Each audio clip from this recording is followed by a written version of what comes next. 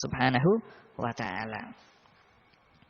Di sini Imam Abi Suja menyebutkan waktu salat zuhur. Jadi waktu salat 5 kali yang diwajibkan adalah salat zuhur, asar, maghrib, isya dan subuh. Dan salat-salat ini mempunyai waktu yang khusus karena Allah Subhanahu wa taala telah menyebutkan tadi dalam Al-Qur'an surat An-Nisa, innas sholata kanat al-mu'minina kitaban mawquta. Ibadah yang telah ditentukan waktunya oleh Allah Subhanahu wa taala. Maka setiap salat mempunyai waktu khusus. Salat yang pertama adalah salat zuhur. Salat yang pertama adalah salat zuhur. Dan ini adalah salat yang pertama kali dilakukan oleh Rasulullah sallallahu alaihi wasallam ketika beliau selesai Isra dan Mi'raj. Jadi ketika beliau selesai Isra dan Mi'raj, salat yang pertama kali dilakukan adalah salat zuhur. Beliau belum melakukan salat subuh karena ketika itu beliau belum mengetahui dan belum diajari cara salat dan waktunya kapan. Tapi salat yang pertama kali dilakukan oleh Rasulullah adalah salat zuhur. Ketika itu malaikat Jibril datang sendiri kepada Rasulullah dan mengajarkan salat 5 waktu yang telah diserukan dan diwajibkan oleh Allah Subhanahu wa taala. Malaikat Jibril mengajari Rasulullah kapan waktu salat-salat tersebut dan bagaimana caranya dan berapa rakaat. Maka salat yang pertama kali dilakukan oleh Rasulullah sallallahu alaihi wasallam ketika itu adalah salat zuhur. Mengapa dikatakan zuhur, dinamakan zuhur? Karena salat ini adalah salat yang pertama kali keluar atau pertama kali salat yang dilakukan dalam Islam. Ya. Atau salat ini dinamakan zuhur karena salat ini adalah salat yang dilakukan ketika waktu siang hari. Dari banyak sekali versi jawaban tentang hal ini. Tapi kebanyakan ulama mengatakan summiya zuhuru zuhuran li'annaha awwalu sholatin zuharat fil Islam. Karena salat ini adalah salat yang pertama kali ada dalam Islam. Baik, salat zuhur sebagaimana yang disebutkan oleh Imam Abi Suja di sini, waktunya adalah dimulai dari lengsernya matahari dari tengah-tengah langit atau dinamakan dalam bahasa Arabnya waktu zawalus syams. Waktu zawalus syams, tergelincirnya. Jadi matahari kalau tepat di atas bumi, kalau tepat matahari di atas bumi maka waktu ini dinamakan waktu istiwa. Seandainya kita menancapkan sebuah tongkat, maka di sana tidak akan ditemui bayangan. Tapi kalau matahari sedikit demi sedikit lengser atau tergelincir ke arah barat, maka akan ditemui bayangan keluar bayangan sedikit-sedikit ke arah timur. Nah, kalau sudah lengser sedikit, tergelincir sedikit ke arah barat, maka masuklah waktu salat zuhur, dinamakan waktu zawal. Waktu zawal. Kemudian waktu salat zuhur ini berlangsung sampai kapan? Sampai samanya bayangan sesuatu. Jadi kalau kita menancapkan sebuah tongkat di tengah lapangan yang panjangnya 1 meter, kalau kira-kira bayangan yang berada di timur itu sudah 1 meter juga selain bayangan zawal, maka habislah waktu sholat zuhur dan masuklah waktu sholat asar. Dan hal ini telah diterangkan oleh Rasulullah sallallahu alaihi wasallam. Jadi dalam sebuah hadis Rasulullah sallallahu alaihi wasallam didatangi oleh seseorang dan orang tersebut bertanya kepada Rasulullah sallallahu alaihi wasallam mengenai waktu sholat. Sebagaimana hadis yang disebutkan oleh dan diriwayatkan oleh Imam Muslim bahwasanya dari sahabat Abi Musa al-Asy'ari radhiyallahu anhu telah datang kepada Rasulullah sallallahu alaihi wasallam seorang laki-laki dan bertanya tentang waktu salat. Atahu sa'ilun yas'aluhu an mawaqitis sholati falam yarudda alaihi syai'an. Datanglah seorang laki-laki kepada Rasulullah sallallahu alaihi wasallam tanya tentang waktu salat, tapi Rasulullah sallallahu alaihi wasallam tidak menjawabnya, malah berkata kepada orang tersebut, "Ishhad ma'anas shalah." Kalau gitu, salatlah kamu bersama kami. Qala fa aqamal fajr hina insyaqqal fajru. Maka orang tersebut sama Rasulullah sallallahu alaihi wasallam disuruh untuk salat bersama beliau. Disuruh untuk salat berjamaah bersama beliau. Ketika datang waktu subuh, maka Rasulullah sallallahu alaihi wasallam melakukan salat subuh ketika datanglah fajar. Fa aqamal fajra hina insyaqqal fajru wan nasu la yakadu ya'rifu ba'dhum ba'dhan. Ketika itu orang yang bertanya ini adalah orang yang ahli kebintangan, orang yang mengetahui waktu dengan baik. Maka salat pertama yang dia lakukan bersama Rasulullah adalah salat fajar, salat subuh. Ketika itu Rasulullah Shallallahu Alaihi Wasallam melakukan salat subuh yang mana keadaan masih gelap. Kan waktu itu kan belum ada lampu listrik, belum ada lilin, belum ada apa-apa, sehingga kalau ada orang yang menengok kepada orang yang ada di sebelahnya, maka tidak jelas raut mukanya. Masih gelap. Summa amarahu fa aqama bidzuhri hatta hina zalati syamsu. Dan kemudian orang tadi masih mengikuti Rasulullah sallallahu alaihi wasallam sehingga sampai salat zuhur datang. Kemudian dia salat berjamaah bersama Rasulullah sallallahu alaihi wasallam salat zuhur ketika matahari telah waktu zawal, telah lingsir ke arah barat.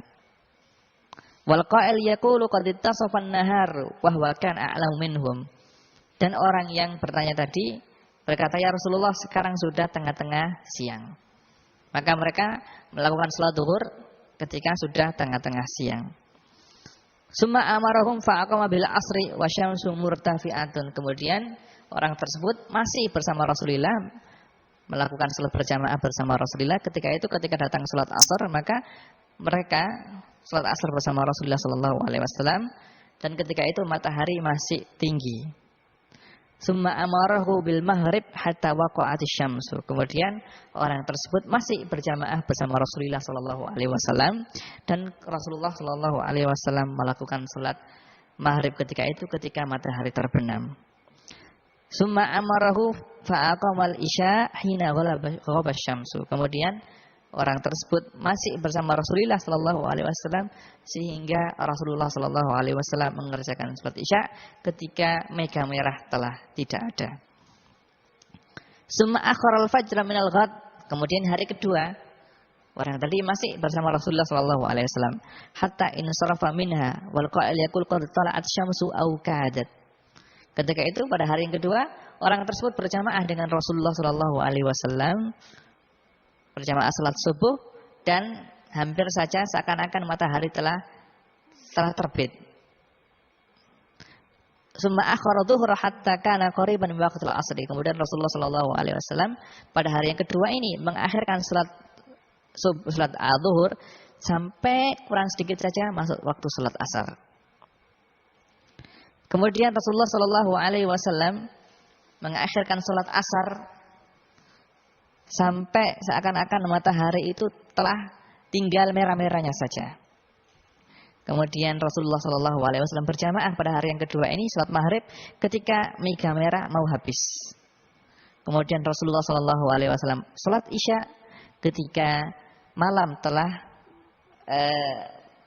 hampir sepertiga malam telah habis. Kemudian Rasulullah sallallahu alaihi wasallam pada hari tersebut memanggil orang yang bertanya tadi, "Wahai orang yang bertanya, di manakah kamu?" "Saya ya Rasulullah." Rasulullah mengatakan, "Waktu di antara dua waktu ini adalah waktu salat.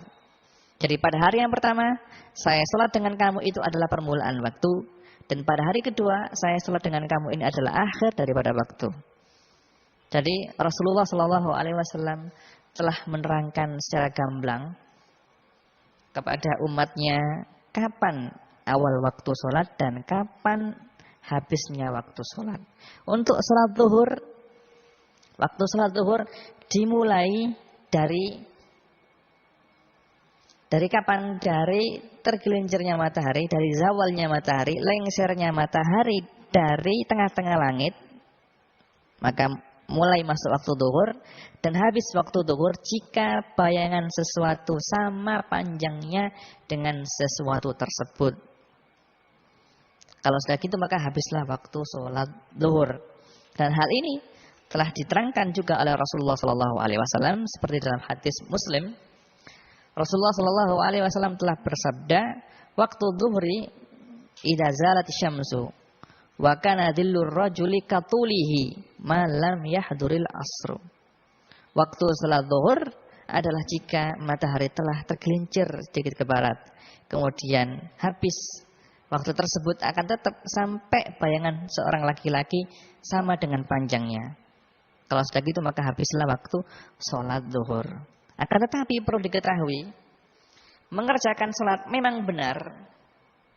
Waktu zuhur mulai dari zawal sampai bayangan sesuatu sama dengan sesuatu tersebut. Tapi di antara waktu tersebut, waktu yang paling afdol, yang paling mulia, yang paling utama untuk melakukan sholat adalah awal waktu. Jadi waktu yang paling pertama itu adalah waktu yang paling utama untuk melakukan sholat. Hal ini telah dijelaskan oleh Rasulullah Shallallahu Alaihi Wasallam ketika seorang sahabatnya bertanya kepada beliau, Ayu a'mali afdol, perbuatan atau amal ibadah apa yang paling baik wahai Rasulullah? Rasulullah Shallallahu Alaihi Wasallam menjawab, as-sholatu ala waktiha, sholat di permulaan waktu. Jadi sholat di permulaan waktu adalah waktu yang paling mulia untuk mengerjakan sholat, dan itu adalah pekerjaan yang paling mulia di sisi Allah Subhanahu Wa Taala. Kapan itu? Dan ini adalah dinamakan waktu fadilah. Setiap waktu fadilah yang dimiliki oleh setiap waktu sholat adalah waktu yang pertama kali. Ketika masuk azan sholat asar, maka masuklah waktu fadilah. Waktu fadilah ini berlangsung, waktunya adalah waktu yang cukup untuk masuk kamar mandi, untuk kencing, untuk toharo, berwudu, mandi, untuk memakai pakaian, terus untuk melakukan sholat qobliyah, terus melakukan sholat asar misalnya, terus melakukan setelah itu maka habislah waktu fadilah. Jadi waktu fadilah adalah waktu pertama kali waktu sholat. Kapan habis waktu fadilah ini? Waktu fadilah ini akan habis kira-kira kalau sudah berlangsung waktu yang cukup untuk melakukan toharoh secara lengkap, terus untuk melakukan satrul aurah, terus untuk melakukan salat ba'diyah, qobliyah, terus untuk melakukan salat fardu, terus melakukan salat ba'diyah. Setelah itu maka habislah waktu fadilah. Adapun waktu asar adalah insyaallah untuk waktu asar ini akan kita terangkan dalam kajian kita yang akan datang. Mudah-mudahan apa yang telah kita kaji akan selalu mendapat ridha dan mendapat taufik dari Allah Subhanahu wa taala.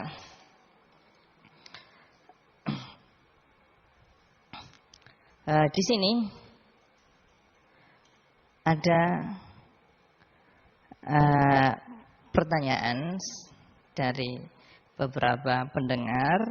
Pertanyaan pertama adalah dari seorang pendengar kita yang berasal dari Perumnas Cirebon yang tanya, Ustadz, apa perbedaan antara madhi dan wadhi? Wadhi dan madhi ya. Madhi sebagaimana yang sering kita sebutkan adalah air yang keluar dari kemaluan, yang mana air tersebut adalah seperti bentuknya seperti lendir dan warnanya putih bening, dan kebanyakan air tersebut keluar ketika orang tersebut syahwat, namanya madhi. Adapun wadhi pakai wawu, wadhi adalah air keruh, warnanya itu keruh. Kalau dalam bahasa Jawanya itu butek ya, keruh. Yang mana air ini kebanyakan keluar kalau seseorang mengalami rasa capek sehabis kerja keras gitu ya, atau sehabis mengangkat sesuatu yang berat, capek, merasa capek, tubuhnya capek, maka dia akan keluar wadhi. Kebanyakan keluar setelah tidur atau setelah istirahat, setelah kerja yang sangat capek akan keluar wadhi. Tapi kalau madhi adalah kebanyakan keluar ketika orang tersebut syahwat ketika orang tersebut syahwat. Pertanyaan yang kedua, bagaimana jika ada orang yang sakit diabetes, basah badannya, luka terus, najisnya nggak terkontrol, jadi susah bersuci, apakah masih dikenakan kewajiban sholat? Kewajiban sholat seperti yang saya katakan tadi adalah wajib untuk dilakukan bagi setiap orang yang mukallaf. Orang yang sudah baligh, akil dan mukallaf wajib untuk melakukan sholat tanpa terkecuali. Selagi akal orang tersebut masih ada, maka dia wajib untuk melakukan sholat. Kalau dia tidak bisa melakukan sholat secara berdiri, maka secara duduk. Kalau tidak bisa duduk, maka secara terlentang. Kalau tidak terlentang, yang penting selagi akalnya masih ada, maka dia wajib untuk melakukan sholat. Bagaimana cara dia tahara atau bersuci? Dia dalam keadaan seperti ini, maka dia bersuci sebisanya. Dia bersuci sebisanya. Misalnya dia kena beser, kena penyakit beser, maka dia seperti yang telah kita terangkan, maka dia ya kalau datang waktu sholat, maka cepat-cepat dia melakukan suci, mensucikan semua tubuh dia, terus cepat-cepat dia menutup kemaluannya, lalu langsung sholat. Menutup kemaluannya, sekiranya najisnya tidak keluar dari kemaluannya, langsung melakukan sholat secepatnya. Tidak boleh ditunggu-tunggu, langsung mengerjakan sholat setelah dia melakukan sesuci atau melakukan toharoh. Jadi setiap sholat dia mencuci semua tubuhnya, terus tempat bagian yang najis itu disucikan, terus dibalut secara rapat. Setelah itu langsung mengerjakan sholat tanpa tidak boleh ditunda, langsung harus melakukan sholat. Terus untuk pertanyaan berikutnya, saya tidak paham tentang pertanyaan dari Mas Dani dari Saudi. Insyaallah bisa diperjelas lagi pertanyaan ini.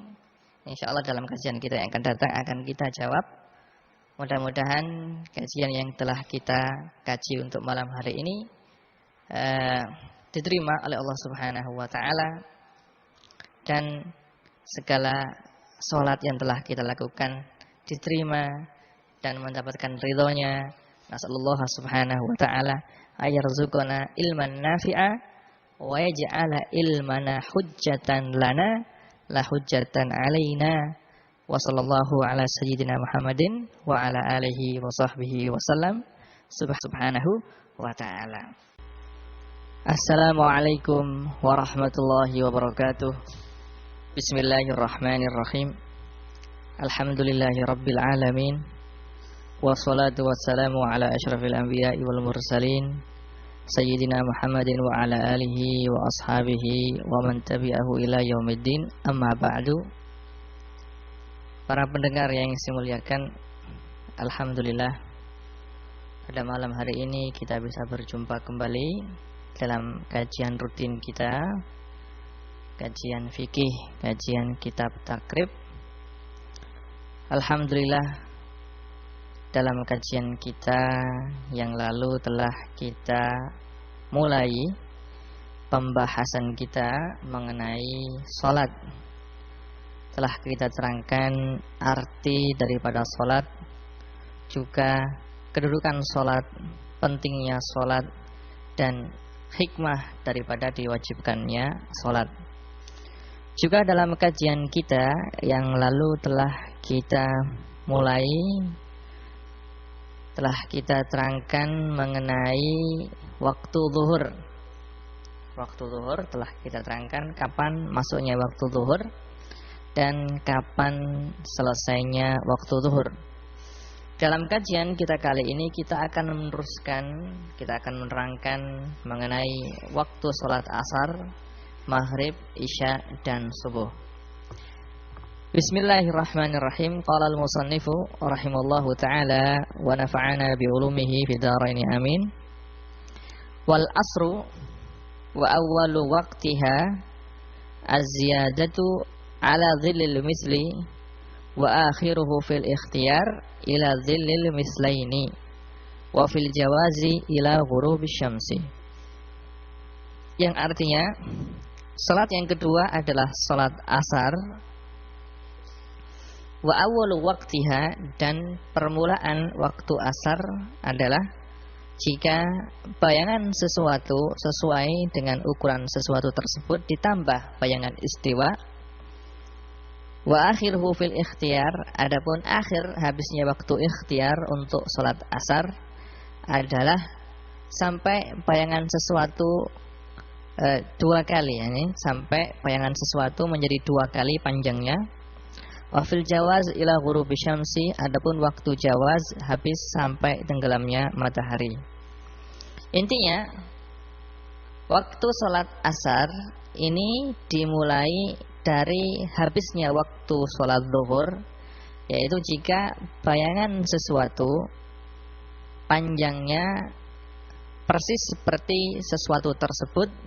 Jika misalnya kita tancapkan sebuah tongkat di tanah lapang, tongkat ini panjangnya 1 meter, maka kalau bayangan tongkat tersebut telah mencapai 1 meter plus ditambah bayangan istiwa, maka habislah waktu salat zuhur dan masuklah waktu salat asar. Kapan habis waktu salat asar? Salat asar habis kalau sudah tenggelam matahari secara sempurna. Kalau matahari telah tenggelam secara sempurna, maka habislah waktu salat asar dan masuklah waktu salat maghrib. Di antara habisnya, masuknya waktu salat asar dan habisnya waktu salat asar, waktu tersebut menurut ulama dibagi menjadi 4, seperti yang disebutkan oleh Imam Abi Suja di sini. Waktu tersebut antara masuknya waktu salat asar dan habisnya salat asar, waktu tersebut dibagi menjadi 4. Yang pertama yaitu waktu al-fadhilah. Seperti yang kita jelaskan dalam kajian kita yang lalu, yang dimaksud dengan waktu fadilah adalah waktu yang paling utama untuk mengerjakan salat. Kapan masuknya waktu fadilah dan kapan habisnya? Nah, waktu fadilah ini masuk ketika awal pertama kali masuk waktu asar, masuklah waktu fadilah.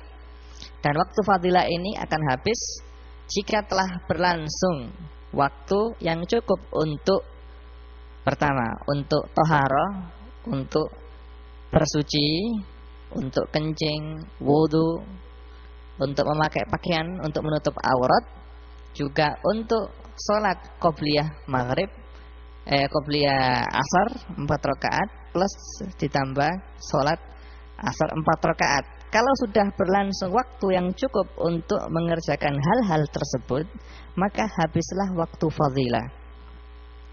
Nah, kenapa dinamakan waktu fadilah? Karena waktu ini adalah waktu yang paling utama untuk mengerjakan sholat, seperti yang kita sebutkan dalam kajian kita yang lalu, bahwasanya pekerjaan atau ibadah yang paling afdal adalah melaksanakan sholat pada awal waktunya. Seperti hadis yang kita sebutkan, dalam kajian kita yang lalu, Rasulullah Shallallahu Alaihi Wasallam sebagaimana yang diriwayatkan oleh Imam Bukhari dan Imam Muslim, ketika Rasulullah Shallallahu Alaihi Wasallam ditanya mengenai ayyul a'mali afdal, wahai Rasulullah, ibadah yang paling afdal, yang paling utama itu apa? Rasulullah menjawab, as-salatu ala waqtiha, ay as-salatu inda awwali waqtiha. Salat pada permulaan waktu itu adalah ibadah yang paling utama.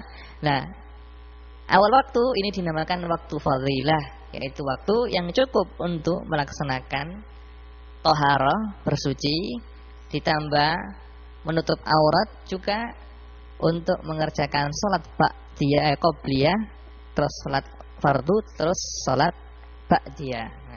Kalau waktu asar, maka waktu fadilahnya adalah waktu pertama kali masuk salat asar, adzan pertama kali asar, masuklah waktu fadilah. Kemudian kalau waktu tersebut cukup untuk bersuci, untuk menutup aurat, untuk mengerjakan sholat qobliyah 4 rakaat asar, terus mengerjakan sholat asar 4 rakaat. Kalau sudah berlangsung waktu yang cukup untuk mengerjakan hal-hal tersebut, maka habislah waktu fadilah. Setelah habis waktu fadilah, maka yang ada sekarang adalah waktu ikhtiar. Waktu ikhtiar. Mengapa dikatakan waktu ikhtiar? Ikhtiar itu dalam bahasa Arabnya mempunyai arti terpilih, yaitu waktu yang terpilih untuk mengerjakan sholat asar. Waktu fadilah, kalau sudah habis waktu fadilah, maka yang tinggal adalah waktu ikhtiar. Waktu ikhtiar ini dimulai pada permulaan waktu sholat asar, masuk waktu sholat asar, habis sampai jika bayangan sesuatu itu menjadi panjangnya seperti 2 kali lipat. Kalau misalnya kita tancapkan tongkat di tengah lapangan yang panjangnya 1 meter, kalau bayangan tongkat tersebut telah menjadi 2 meter, maka waktu ikhtiar telah habis. Nah, waktu ikhtiar, kenapa dikatakan waktu ikhtiar? Dikatakan waktu ikhtiar adalah waktu yang mana dipilih untuk mengerjakan sholat di waktu tersebut. Waktu yang bagus juga, tapi yang lebih bagus lagi adalah waktu fadilah. Kalau sudah habis waktu ikhtiar, maka tinggallah waktu jawaz. Waktu jawaz itu juga masuknya pada permulaan waktu. Jadi sama masuknya waktu jawaz, waktu ikhtiar, dan waktu fadilah ini masuknya bersamaan. Yang pertama kali keluar adalah waktu fadilah. Setelah waktu fadilah keluar, maka disusul waktu ikhtiar yang keluar. Setelah waktu ikhtiar keluar, masih ada waktu jawaz. Waktu jawaz itu waktu diperbolehkan untuk mengerjakan sholat. Tidak ada kemakruhan kalau kita mengerjakan sholat pada waktu tersebut. Nah, waktu jawaz ini, jawaz bila karoha tanpa ada kemakruhan, itu habis kalau sudah matahari kelihatan kuning. Kalau sudah kuning di barat sana, matahari mau tenggelam kuning-kuning, maka habislah waktu ikhtiar. Waktu jawaz bila karoha. Kalau waktu jawaz bila karoha sudah habis, maka yang tinggal adalah waktu jawaz bil karoha. Yang dimaksud dengan waktu jawaz bil karoha adalah waktu boleh kita mengerjakan dan mengakhirkan salat asar kepada waktu tersebut, tetapi hukumnya makruh. Jadi kalau seseorang tidak ada udzur sama sekali, terus ingin mengakhirkan salat asar sampai matahari yang di barat itu warnanya kekuning-kuningan, maka hukum mengakhirkan sholat asar sampai waktu tersebut hukumnya adalah makruh. Hukumnya adalah makruh. Yang lebih afdal adalah dikerjakan di waktu fadilah. Kalau tidak bisa mendapatkan waktu fadilah, ya waktu ikhtiar. Kalau tidak bisa mendapatkan waktu ikhtiar, ya waktu jawaz bila karoha. Jangan sampai kita mengakhirkan sholat asar sampai waktu jawaz bil karoha, sampai hampir saja tenggelam matahari, sampai matahari di barat sana warnanya sudah kekuning-kuningan. Kalau sudah warna matahari di barat sana sudah kekuning-kuningan, maka waktu asar adalah waktu jawaz bil karoha. Waktu jawaz bil karoha ini habis seperti yang dijelaskan oleh Imam Abi Suja, habis kalau sudah tenggelam matahari. Di sini adalah yang namanya waktu tahrim. Waktu tahrim itu apa? Waktu yang haram bagi seorang yang muslim, bagi seorang muslim untuk mengakhirkan sholat asar sampai kepada waktu hampir sholat maghrib, yang mana tidak cukup kalau kita untuk mengerjakan sholat 4 rakaat sholat asar. Misalnya kalau sholat maghrib itu jam 6 pas, kemudian kita ada seseorang yang sholat jam 6 kurang 1 menit baru sholat asar, diakhirkan, dia sengaja mengakhirkan sholat asar sampai jam 6 kurang 1 menit, maka hukum daripada mengakhirkan sholat asar ini hukumnya adalah haram, tidak boleh, namanya waktu tahrim, yaitu haram mengakhirkan sholat asar sampai kepada waktu yang mana waktu tersebut tidak cukup untuk mengerjakan sholat asar. Ini adalah waktu-waktu sholat asar. Kemudian setelah menerangkan waktu sholat asar, Imam Abi Suja menerangkan waktu sholat maghrib. Beliau berkata, wal maghribu waktuha wahidun wa huwa ghurubu syamsi, yang artinya adapun sholat maghrib maka waktunya cuma satu, yaitu ketika tenggelamnya matahari. Baik, ini adalah pendapatnya Imam Syafi'i dalam madhab al-jadid. Dalam madhab beliau ketika beliau berada di Mesir, waktu salat maghrib Salat maghrib itu waktunya sangat sempit sekali. Maghrib mempunyai satu waktu, yang mana waktu ini waktu sangat sempit sekali, yaitu kalau sudah tenggelam matahari, maka seorang muslim wajib untuk segera melakukan sholat maghrib. Harus segera untuk melakukan toharoh, bersuci, kemudian menutup aurat, kemudian mengerjakan sholat qobliyah maghrib 2 rakaat, terus mengerjakan sholat maghrib 3 rakaat, plus ditambah mengerjakan sholat ba'diyah maghrib 2 rakaat. Waktu maghrib adalah waktu dimulai dari tenggelamnya matahari secara keseluruhan sampai berlangsungnya waktu yang cukup untuk mengerjakan hal-hal tersebut.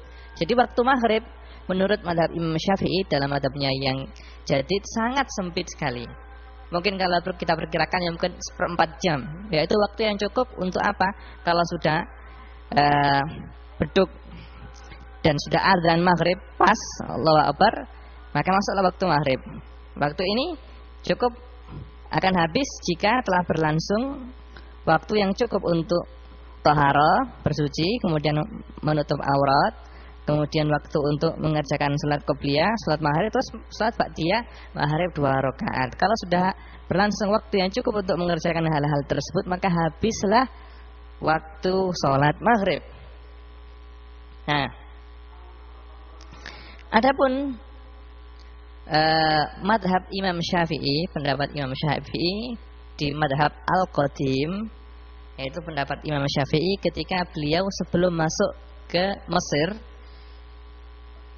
adalah bahwasanya waktu maghrib itu dimulai dari tenggelamnya matahari secara sempurna, berlangsung sampai hilangnya mega merah. Jadi mulai tenggelamnya matahari secara sempurna sampai hilangnya mega merah. Ini adalah waktu maghrib menurut madhab Imam Syafi'i Al-Qadim, madhab yang terdahulu, pendapat beliau sebelum beliau masuk ke negeri Mesir. Dan pendapat ini adalah pendapat yang dikuatkan dan dipilih oleh beberapa ulama Syafi'iyah. Di antaranya yang memilih pendapat ini adalah Imam Ibnu Khuzaimah, juga Imam Al-Khattabi, juga Imam Al-Baihaqi, juga Imam Al-Ghazali dalam kitabnya Al-Ikhya, juga Imam Al-Baghawi dalam kitabnya Al-Tahdzib, dan banyak sekali di antara ulama-ulama Syafi'iyah yang datang setelah Imam Syafi'i menguatkan dan memilih pendapat Imam Syafi'i yang qaul qadim, yang mana yang mengatakan bahwasanya waktunya salat maghrib adalah dimulai dari tenggelamnya matahari secara sempurna dan diakhiri dengan hilangnya mega merah yang ada di atas langit. Dan pendapat ini didukung dan dikuatkan oleh banyak sekali hadis yang menguatkan dan mendukung pendapat ini. Di antaranya adalah hadisnya Buraidah, yang mana hadis ini diriwayatkan oleh Imam Muslim dalam kitabnya Sahihul Muslim, bahwasanya, dan hadis ini telah kita sebutkan dalam kajian kita yang lalu, hadis yang sangat panjang. Seorang laki-laki datang kepada Rasulullah SAW dan tanya kepada Rasulullah mengenai waktu-waktu salat. Akhirnya orang tersebut oleh Rasulullah SAW disuruh untuk salat bersama Rasulullah. Maka di hari pertama Rasulullah SAW bersama orang tersebut salat di awal waktu, dan pada hari kedua Rasulullah SAW salat di akhir waktu. Dan ketika selesai salat yang terakhir, salat Isya, Rasulullah SAW bertanya, siapa? Mana orang yang kemarin bertanya kepada saya mengenai waktu-waktu salat? Kemudian orang tersebut mengatakan, saya ya Rasulullah. Kemudian Rasulullah SAW berkata, waktu salat adalah waktu di antara salat kita hari kemarin dan salat kita pada hari ini. Dan ketika itu Rasulullah SAW pada ketika mengajarkan kepada orang ini, Rasulullah SAW pada hari pertama beliau salat maghrib, ketika tenggelam matahari secara sempurna. Kemudian pada hari yang kedua Rasulullah SAW salat maghrib ketika mega merah hampir hilang, hampir tenggelam. Dan Imam Nawawi dalam kitabnya beliau mengatakan bahwasanya pendapat ini adalah didukung dengan hadis banyak sekali dan hadisnya kebanyakan sahih, di antaranya hadisnya Imam Muslim. Dan beliau menguatkan pendapat Imam Syafi'i yang qadim ini, bahwasanya waktu maghrib adalah dimulai dari tenggelamnya matahari secara sempurna dan diakhiri dengan tenggelamnya atau hilangnya mega merah. Kemudian setelah menerangkan tentang waktu salat maghrib, Imam Abi Suja menerangkan kepada kita tentang waktu salat isya. Beliau mengatakan, wal isya'u wa awwalu waqtiha idza ghaba syafaqul ahmaru wa akhiruhu fil ikhtiyar ila thulutsil laili wa fil jawazi ila tulu'i al-fajri tsani. Yang artinya salat yang ketiga, salat yang keempat adalah salat isya, dan waktunya adalah dimulai dari tenggelamnya atau hilangnya mega merah, idza ghaba syafaqul ahmar, wa akhiruhu, dan akhir daripada waktu tersebut adalah fil ikhtiyar, untuk waktu ikhtiyar, ila thulutsul lail, sampai sepertiganya malam, sampai lewat sepertiga malam, wa fil jawazi, dan untuk waktu jawaz sampai terbitnya fajar yang kedua. Ini adalah waktu isya. Intinya gampangnya, waktu isya dimulai kapan? Waktu isya dimulai dari habisnya waktu maghrib.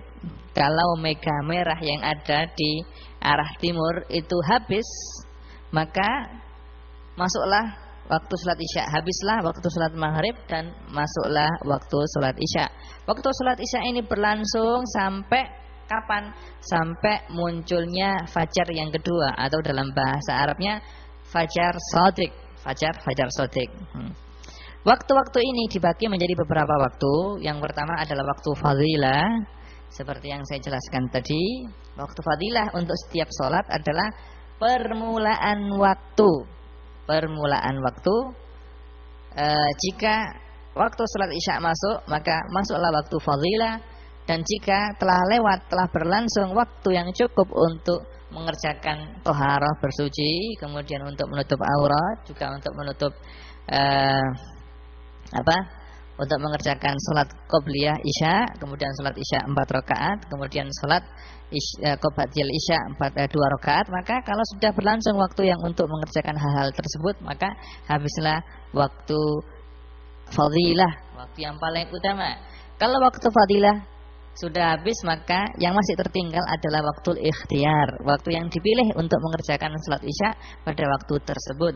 Dan waktu ikhtiyar ini habisnya kapan? Nah, habisnya seperti yang dikatakan oleh Imam Abi Suja di sini, habisnya kalau sudah lewat sepertiga malam. Kalau sudah lewat sepertiga malam, maka habislah waktu ikhtiyar. Ini adalah pendapat yang dikemukakan oleh Imam Abi Suja. Imam Nawawi dalam kitabnya Syarah Muhadzab atau kitab Majmu', beliau mengatakan bahwasanya yang lebih kuat adalah pendapat yang mengatakan bahwasanya waktu ikhtiyar untuk salat isya adalah jika telah lewat setengah malam. Kalau sudah lewat setengah malam, maka habisnya waktu al-ikhtiyar. Ini adalah pendapatnya Imam Nawawi. Tapi pendapatnya Imam Abi Suja adalah bahwasanya waktu ikhtiyar itu habis kalau sudah berlangsung sepertiga malam. Kalau sudah habis waktu ikhtiyar, maka masuklah waktu jawaz. Waktu diperbolehkan untuk melakukan sholat. Waktu jawaz ini, jawaz tanpa ada kemakruhan, ini dimulai dari pertama kali masuknya waktu sholat isya sampai terbitnya fajar kadhib atau fajar yang pertama. Jadi untuk setiap malam itu ada 2 fajar. Yang pertama yang dinamakan fajar kadhib, dan yang kedua adalah dinamakan fajar shadiq. Nah, fajar kadhib ini terbitnya lebih dulu daripada fajar shadiq, dan fajar kadhib ini adalah bentuknya adalah putih, putih dan menjulang ke langit atau vertikal, putih. Sebagaimana para fuqaha mengatakan bentuknya seperti ekornya serigala. Ini bentuknya seperti ekor serigala naik ke atas ke langit atau vertikal. Ini fajar ini terbit terlebih dahulu sebelum terbitnya fajar shadiq, fajar yang kedua. Dan kalau fajar kadzib ini sudah hilang, maka langit di atas sana itu kelihatan gelap sekali. Baru setelah itu seperempat jam gitu akan datang yang namanya fajar shadiq, yang mana bentuknya adalah ufuki atau horizontal. Dan fajar shadiq ini agak kemerah-merahan. Ini adalah cahaya berasal dari cahaya matahari. Yang mana dengan adanya fajar shadiq ini berarti waktu isya telah habis dan masuklah waktu sholat subuh. Nah, seperti yang saya katakan bahwasanya untuk waktu jawas setelah habisnya waktu ikhtiar dengan berlangsungnya sepertiga malam menurut pendapatnya Imam Abi Suja, atau setelah berlangsungnya setengah malam menurut pendapatnya Imam Nawawi, maka yang tersisa yang ada adalah waktu jawas. Dan waktu jawas ini berlangsung terus sampai terbitnya fajar kadzib, fajar yang pertama. Setelah fajar pertama habis, maka masuklah waktu jawas bil karoha. Waktu jawas bil karoha seperti yang saya terangkan tadi adalah kita sebagai seorang muslim dimakruhkan untuk mengakhirkan sholat isya tanpa ada udzur kepada waktu tersebut. Jadi kalau kita tidak ada udzur, tidak ada sebab sama sekali, terus kita mengakhirkan sholat isya kita sampai mendekati sholat subuh, sampai habis terbitnya fajar kadzib, maka hukum mengakhirkan ini hukumnya adalah makruh. Ini adalah waktu jawas bil karoha. Setelah waktu jawas bil karoha habis, kalau sudah terbit fajar shadiq, fajar yang kedua. Dan di sana ada yang namanya waktu tahrim. Seperti yang dijelaskan tadi, waktu tahrim adalah haram kita bagi seorang muslim untuk mengakhirkan salat isya di akhir waktu, sehingga tidak cukup untuk mengerjakan 4 rakaat. Misalnya kalau salat subuh itu, misalnya kita umpamakan jam 5 pas itu masuk waktu salat subuh, kita mengerjakan salat isya pada waktu jam 5 kurang 1 menit. 1 menit ini cukup untuk mengerjakan 2 rakaat misalnya, maka mengakhirkan salat isya ke waktu tersebut hukumnya adalah haram, namanya waktu tahrim. Ini adalah untuk waktu sholat isya. Setelah menerangkan waktu sholat isya, yang terakhir adalah sholat subuh. Dan Imam Abi Suja di sini menerangkan wasubuhu wa awwalu waqtiha tulu'ul fajri. Dan sholat yang terakhir adalah sholat subuh, dan permulaan waktu sholat subuh ini adalah dimulai dari terbitnya fajar shadiq. Wa akhiruhu fil ikhtiyar, adapun yang akhir waktu ikhtiar keluar dengan ilal isfar, kalau waktunya sudah waktu isfar. Wa fil jawas ila tulu'i syamsi, adapun untuk waktu jawas adalah habis kalau sudah terbitnya matahari. Intinya waktu salat subuh ini adalah dimulai dari terbitnya fajar shadiq dan diakhiri dengan terbitnya matahari. Dan di antara terbitnya fajar shadiq dan terbitnya matahari ini dibagi menjadi beberapa waktu. Yang pertama adalah waktu fadilah, waktu pertama kali, waktu yang lebih utama, yang paling utama. Waktu fadilah ini seperti yang saya terangkan untuk sholat isya dan sholat asar adalah waktu permulaan waktu, ketika waktu pertama kali masuk sampai berlangsungnya waktu yang cukup untuk mengerjakan toharoh, bersuci, kemudian memakai pakaian satrul aurah, kemudian untuk sholat qobliyah atau sholat fajar, juga sholat subuh. Kalau berlangsung waktu yang cukup untuk mengerjakan hal-hal tersebut, berarti habislah waktu fadilah. Nah, setelah waktu fadilah, yaitu waktu yang paling utama, habis waktu yang dipilih untuk mengerjakan sholat di waktu tersebut. Dan waktu ikhtiar ini seperti yang disebutkan dan diterangkan oleh Imam Abi Suja di sini adalah ilal isfar, sampai waktu isfar. Waktu isfar, yang dimaksud dengan waktu isfar ini apa? Waktu isfar itu adalah seandainya waktu yang sudah agak terang, ya, waktu yang sudah agak terang sehingga seseorang bisa melihat dengan jelas wajah orang yang ada di sebelahnya.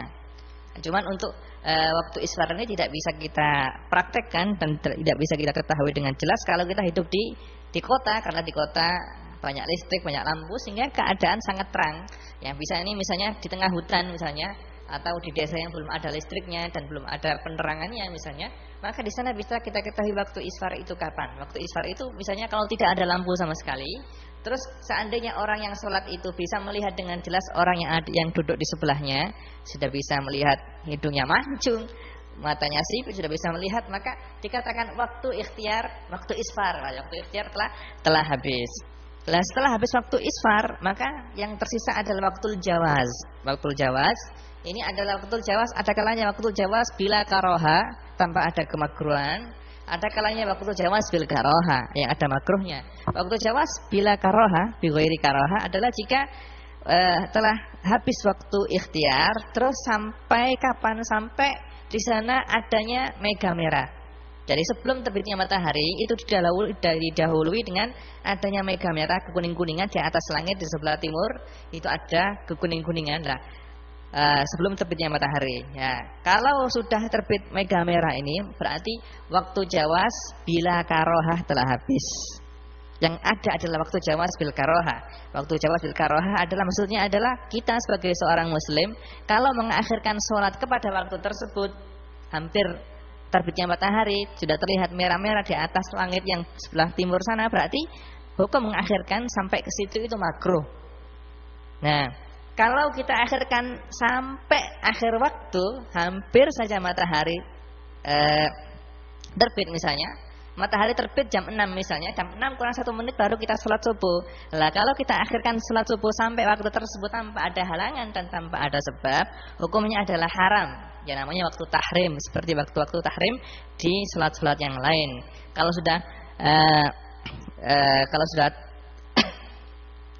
sudah terbit matahari berarti habislah waktu sholat subuh. Ini adalah mengenai sholat subuh.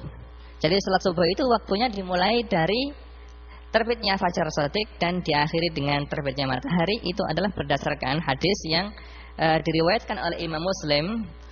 Hadis Rasulullah Shallallahu Alaihi Wasallam yang bunyinya man adraka minas subhi rakaatan qabla an tatlu asyamsu faqad adrakas subha. Barang siapa yang mengerjakan salat subuh satu rakaat saja sebelum terbitnya matahari, maka dia benar-benar telah mendapatkan salat subuh. Telah mendapatkan salat subuh. Tapi kalau kita akhirkan sampai ke situ, misalnya sampai akhir waktu, maka seperti yang saya katakan haram untuk mengakhirkan sampai waktu tersebut karena itu adalah waktu tahrim. Intinya di sana ada waktu fadilah dan waktu fadilah untuk setiap salat itu sama.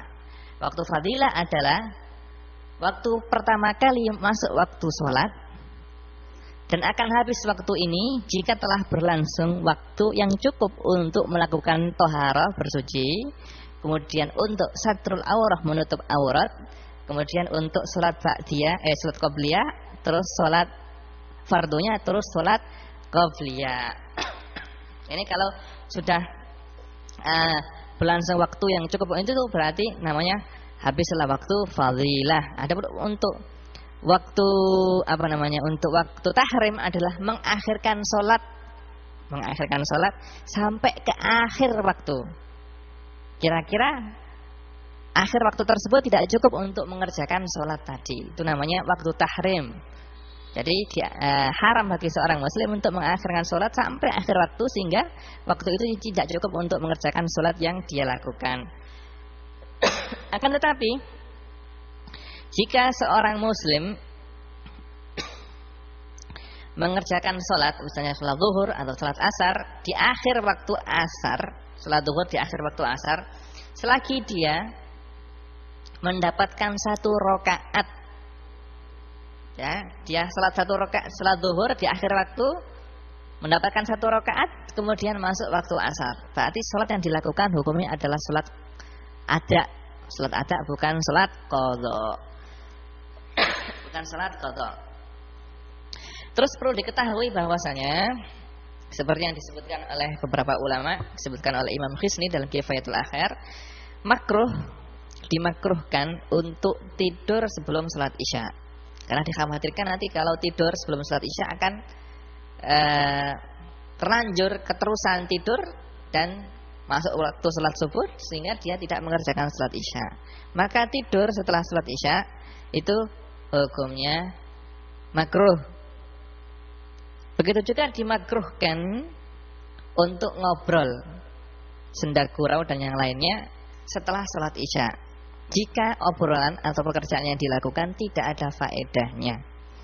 Rasulullah Shallallahu Alaihi Wasallam seperti yang diriwayatkan oleh Imam Bukhari dan Imam Muslim dari sahabat Abi Barzah Al-Aslami radhiyallahu anhu, kana yakrahu nauma qabla salatil isya wal haditsa ba'daha. Rasulullah Shallallahu Alaihi Wasallam tidak senang dengan orang atau tidur sebelum salat isya, juga memakruhkan ngobrol setelah salat isya, kecuali kalau obrolan yang dilakukan atau kerjaan yang dilakukan itu ada faedahnya dan ada manfaatnya. Seperti apa? Seperti orang yang mutolaah atau orang yang belajar, itu boleh. Jika dia memang ingin belajar, membaca kitab misalnya, atau membaca pelajarannya pada besok harinya, untuk esok harinya setelah salat isya, maka diperbolehkan. Jadi hasilnya atau intinya, setiap pekerjaan yang ada manfaatnya itu diperbolehkan untuk dilakukan setelah salat isya. Adapun kalau perbuatan tersebut tidak ada faedahnya, seperti senda gurau yang tidak ada faedahnya, atau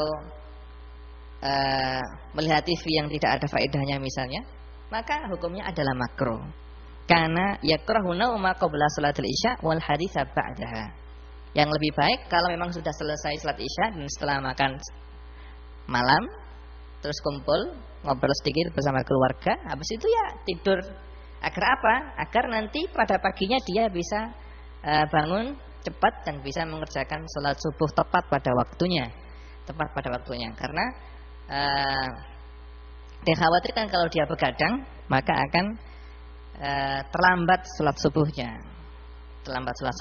Sehingga dia tidak bisa berjamaah di masjid, atau naudzubillah dia kesiangan bangunnya sehingga dia tidak bisa menjalankan salat subuh pada waktunya, ketelat salat subuh. Maka dari itu, maka kalau kita ingin mengerjakan sesuatu, maka hendaknya kita lakukan pada siang hari. Tapi kalau sesuatu tersebut terpaksa kita akhirkan, maka kalau kita lihat kalau sesuatu tersebut ada faedahnya dan banyak gunanya, tidak apa-apa kita lakukan pada malam hari. Tapi kalau sesuatu tersebut ya tidak ada faedahnya, misalnya lebih baik kita tidur saja daripada kita membuang umur untuk sesuatu yang tidak berguna.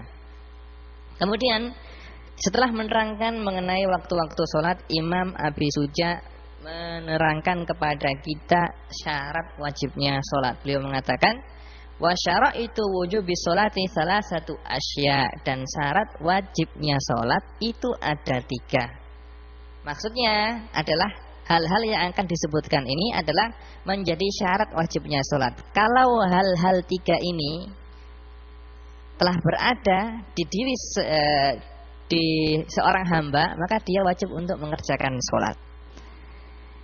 Kalau hal 3 ini terpenuhi di seorang hamba, maka dia wajib untuk melakukan sholat. Yang pertama adalah al-Islam.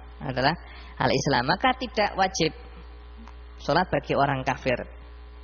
Sholat hanya wajib bagi orang muslim. Syarat yang pertama adalah Islam. Jadi syarat wajibnya sholat adalah yang pertama adalah Islam. Orang tersebut telah mengikuti agama Islam, baik laki-laki atau perempuan. Maka sholat tidak wajib atas orang kafir. Yang dimaksud dengan tidak wajib ini adalah tidak wajib untuk kita tuntut untuk melakukan sholat, karena tidak sah. Sholat kalau dikerjakan oleh orang kafir tidak sah karena dia belum masuk Islam. Tetapi dia wajib untuk kena apa? Kena siksa besoknya pada hari kiamat.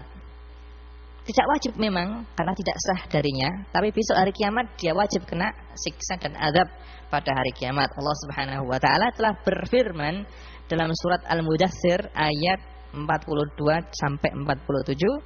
Allah Subhanahu wa taala berfirman, "Ma salakakum fi saqar? Qalu lam naku minal musallin wa lam naku nut'imul miskin wa kunna nahudhu ma'al khaizin wa kunna nukadzibu biyaumiddin hatta atana al-yaqin." Allah Subhanahu wa taala menyebutkan dialog Allah Subhanahu wa taala dengan orang yang masuk neraka. Allah Subhanahu wa taala bertanya, "Masalakakum fi saqar?" Apa yang menjadikan kamu masuk ke dalam neraka saqar, neraka jahanam? Mereka menjawab, "Qalu lam naku minal musallin." Kita tidak mengerjakan salat. Kita tidak mengerjakan salat sehingga kita masuk ke neraka sakor. Walam nakun nut'imu miskin, dan kita tidak memberikan makan kepada orang fakir miskin. Wa kunna nahudu ma'al khaidin, dan kita bercakap-cakap dengan pembicaraan yang batil di antara kita. Wa kunna nukadzibu biyaumiddin, dan kita mendustakan hari kiamat. Hatta atanal yakin, sehingga datanglah kepada kita kematian. Jadi mereka diadab sama Allah Subhanahu wa taala, dimasukkan ke dalam neraka sakor karena mereka tidak menjalankan salat dan tidak membayar zakat, dan mereka membohongkan apa yang datang dari Rasulullah sallallahu alaihi wasallam dan mendustakan hari kiamat. Jadi mereka memang benar, orang kafir tidak wajib untuk kita tuntut melakukan salat karena salat tidak sah dari orang kafir. Tidak sah, tapi mereka akan kena azab besok pada hari kiamat. Nah, akan tetapi kalau mereka masuk Islam, maka mereka tidak dituntut untuk mengqadha salat yang mereka tinggalkan ketika mereka dalam keadaan kafir. Dan segala sesuatu yang mereka kerjakan ketika mereka masih kafir diampuni oleh Allah Subhanahu wa taala, seakan-akan dia terlahir baru. Allah Subhanahu wa taala berfirman dalam surat Al-Anfal ayat 38, "Qul lil ladzina kafaru iyantahu yughfar lahum ma qad salaf." Qul, katakanlah wahai Muhammad, lil ladzina kafaru, kepada orang-orang kafir, iyantahu, jika mereka berhenti dengan kekafiran mereka, yughfar lahum ma qad salaf, maka mereka akan diampuni. Allah Subhanahu wa taala akan mengampuni segala sesuatu yang telah mereka lakukan. Dan dalam sebuah hadis yang masyhur, Rasulullah sallallahu alaihi wasallam telah bersabda, "Al-Islamu yajubbu ma qablahu." Islam itu menghapus segala sesuatu yang telah dilakukan oleh orang kafir sebelum dia masuk Islam. Nah, ini adalah kalau orang kafir tersebut orang kafir asli, tapi kalau kafirnya ini kafir murtad, orang asalnya Islam terus keluar dari Islam, terus masuk Islam lagi, maka dia wajib untuk mengqadha segala kewajiban yang dia tinggalkan ketika dia dalam keadaan murtad. Dia wajib untuk mengqadha salatnya, dia wajib untuk mengqadha zakatnya kalau dia wajib zakat, dia wajib untuk mengqadha hajinya kalau memang dia telah wajib haji. Itu kalau dia Islam terus murtad terus kembali kepada Islam lagi. Nah, syarat yang kedua adalah wal bulughu. Orang yang wajib sholat adalah orang yang baligh. Kalau masih kecil maka tidak wajib untuk melakukan sholat. Anak kecil tidak wajib untuk melakukan sholat, karena anak kecil tidak kena taklif, tidak kena anjuran dan tidak kena perintah dari Allah Subhanahu wa taala. Rasulullah sallallahu alaihi wasallam telah bersabda sebagaimana yang diriwayatkan oleh Imam Abu Dawud, "Rufi'al qalamu an salasin, anisabi hatta yahtalima, wa anin naimi hatta yastayqidha, wa anil majnuni hatta yaqil." Telah diangkat pena dari 3 orang ini. Maksudnya diangkat pena adalah bahwasanya segala sesuatu yang dilakukan oleh orang ini tidak ditulis oleh malaikat. Jika melakukan kejelekan tidak ditulis, jika melakukan kebaikan juga tidak ditulis. Siapa mereka 3 ini? Adalah anisabi hatta yahtalima, dari anak kecil sampai anak kecil tersebut baligh. Wa anin naimi hatta yastayqidha, dan dari orang yang tidur sampai bangun. Wa anil majnuni hatta yaqil, dan dari orang yang gila sampai dia sembuh dari gilanya. Jadi anak kecil tidak wajib untuk melakukan sholat. Tetapi perlu diketahui, anak kecil memang tidak wajib untuk melakukan sholat. Tapi kalau anak kecil tersebut telah genap umur 7 tahun, terus anak kecil tadi itu mumayyiz. Yang dimaksud dengan mumayyiz ini adalah sudah ngerti, sudah bisa kencing sendiri, sudah bisa beol sendiri, sudah bisa makan sendiri, sudah bisa pakai pakaian sendiri. Maka sebagai orang tua wajib untuk menyuruh anaknya untuk melakukan sholat. Dan kewajiban ini adalah kewajiban atas wali daripada anak kecil tersebut, baik anak kecil laki-laki atau anak kecil perempuan. Bapak dan ibunya wajib untuk menyuruh. Kalau bapak dan ibunya telah meninggal, maka kakeknya. Kalau kakeknya telah meninggal, maka orang yang mendidiknya, siapa yang menjadi wasiat untuk anak kecil tersebut, maka wajib untuk menyuruh anak kecil tersebut untuk melakukan sholat. Kalau sudah umur 7 tahun, lengkap 7 tahun, terus sudah mumayyiz, sudah pintar, sudah bisa mengerjakan pekerjaan dia sendiri sih. Kalau sudah umur 7 tahun tapi belum memayis, maka tidak wajib untuk menyuruh. Umur anak tersebut sudah genap 7 tahun, tapi anak kecil tersebut belum memayis, masih kekanak-kanakan, masih belum bisa makan sendiri, belum bisa beol sendiri, belum bisa kencing sendiri, pakai pakaian juga masih dipakai. Nah, maka kalau belum memayis maka tidak wajib untuk disuruh. Kapan wajib untuk disuruh? Kalau sudah genap umur 7 tahun, sudah memayis. Syaratnya 2. Genap 7 tahun sama sudah memayis.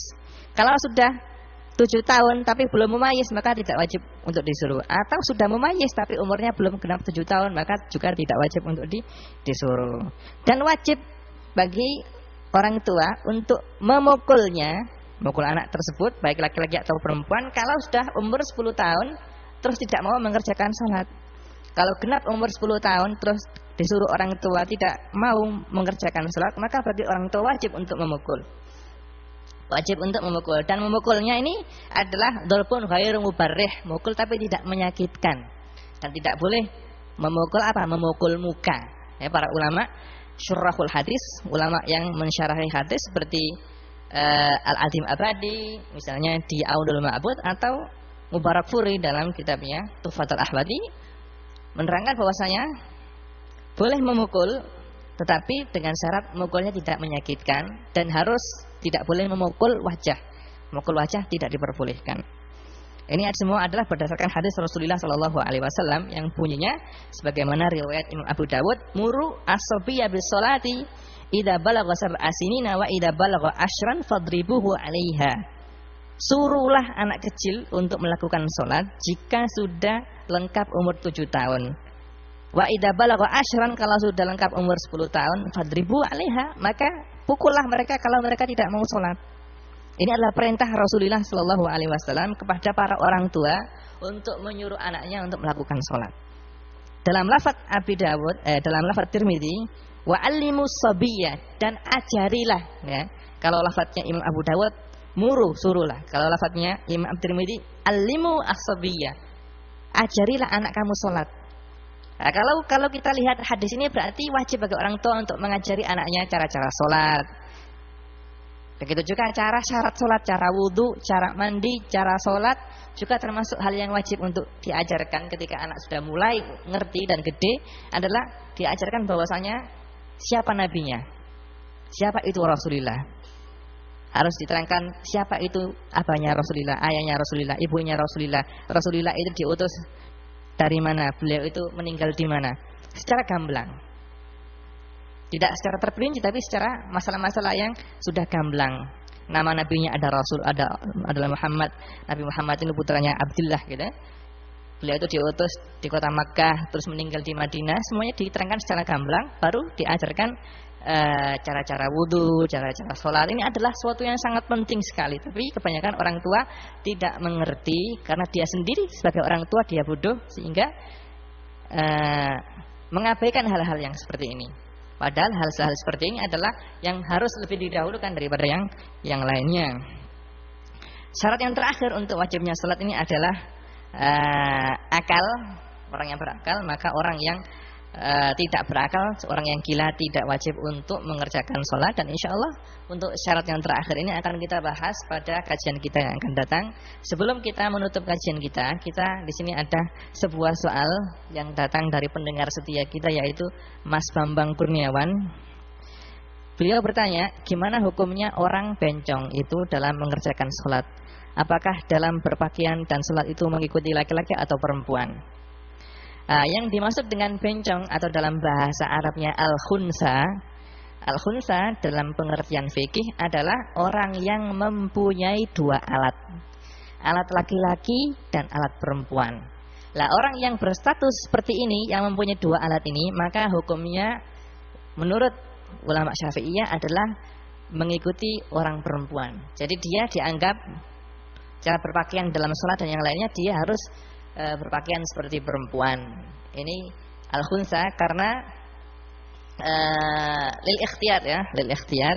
Kalau memang dia adalah khunsa ya, orang yang mempunyai dua kelamin. Tapi kalau misalnya bencong laki-laki aslinya, bejo aslinya, terus dia jadi banci, jadi waria, maka dia hukumnya adalah orang laki-laki dan berperilaku seperti bencong hukumnya adalah dosa dan termasuk dosa besar. Dan akan dilaknat oleh Allah Subhanahu wa taala dan Rasulnya, karena Rasulullah Shallallahu alaihi wasallam melaknat orang laki-laki yang berperilaku seperti orang perempuan, bencong gampang ya. Juga melaknat orang perempuan yang tomboy, yang berperilaku seperti orang laki-laki. Nasallallahu subhanahu wa ta'ala ayaj'ala darsana darsan mubarakan wa nafi'an wa yaj'al ilmana hujjatan lana la hujjatan alaina.